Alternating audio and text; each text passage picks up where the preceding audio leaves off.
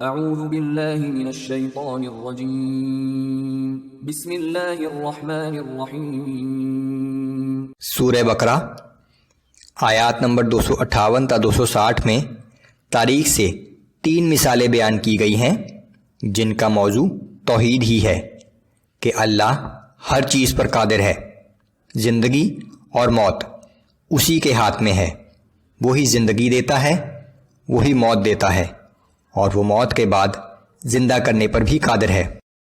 اعوذ باللہ من الشیطان الرجیم۔ الم تر الى الذی حاج ابراہیم فی ربہ ان آتاہ اللہ الملک۔ کیا آپ نے اس شخص کو نہیں دیکھا جسے ہم نے تو اقتدار بخشا، لیکن بجائے شکر گزار ہونے کے وہ ابراہیم علیہ السلام سے ان کے اور اپنے رب کے بارے میں جھگڑنے لگا۔ اذ قال ابراہیم ربی الذی یحیی ویمیت قال انا احیی وامیت۔ جب ابراہیم علیہ السلام نے کہا کہ میرا رب تو وہ ہے جو زندگی بخشتا ہے اور موت بھی دیتا ہے، تو وہ کہنے لگا کہ زندگی اور موت تو میں بھی دیتا ہوں، بادشاہ ہونے کی وجہ سے جس کو چاہوں موت کے گھاٹ اتار دوں اور جس کو چاہوں موت کا مستحق ہونے کے باوجود معاف کر کے آزاد کر دوں۔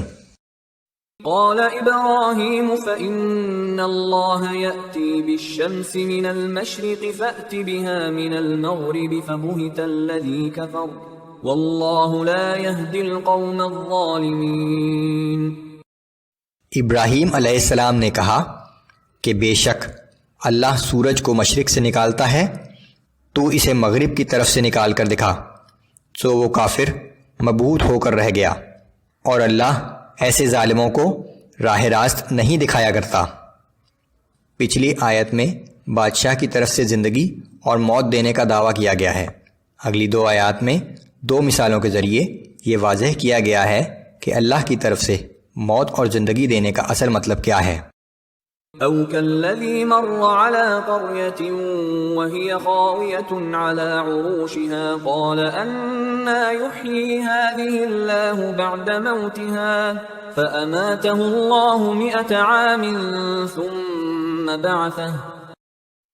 یا اسی طرح اس شخص کو نہیں دیکھا جو ایک بستی پر سے ایسی حالت میں گزرا جو اپنی چھتوں پر گری پڑی تھی، تو اس نے حیرانگی سے کہا کہ اللہ اس بستی کو موت کے بعد کیسے زندہ کرے گا؟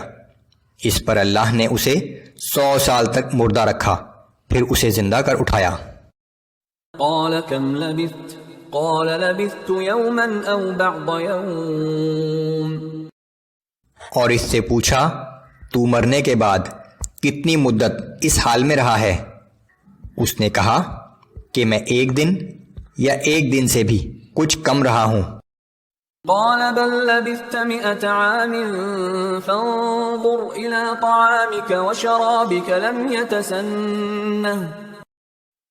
اللہ نے فرمایا کہ نہیں، بلکہ تو اس حالت میں 100 سال تک رہا ہے، اب تو اپنے کھانے پینے کی چیزوں کو دیکھ کہ اس میں ذرا تغیر نہیں آیا۔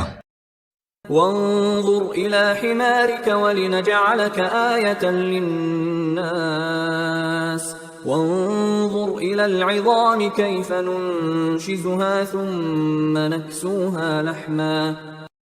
اور اپنے گدھے کو بھی دیکھ، اور یہ ہم نے اس لیے کیا کہ ہم تجھے زمانے کے لوگوں کے لیے اپنی نشانی بنا دیں، اور اب تو اپنے گدھے کی ان ہڈیوں کی طرف دیکھ، ہم انہیں کیسے جوڑتے ہیں اور پھر کیسے ان پر گوشت چڑھاتے ہیں۔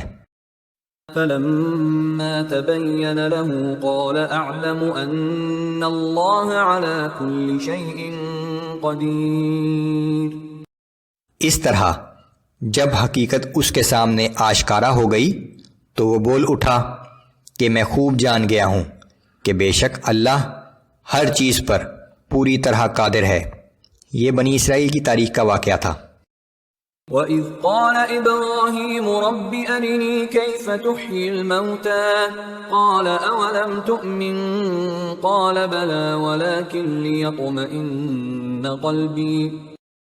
اور یاد کرو جب ابراہیم علیہ السلام نے عرض کیا کہ اے میرے رب مجھے دکھا دے کہ تو مردوں کو کس طرح زندہ کرے گا، اللہ نے فرمایا کہ کیا تم اس بات پر یقین نہیں لائے؟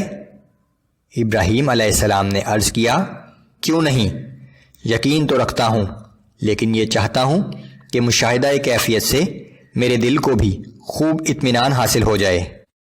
قال فخذ أربعة من الطير فصرهن إليك ثم اجعل على كل جبل منهن جزءا ثم ادعهن يأتينك سعيا واعلم أن الله عزيز حكيم۔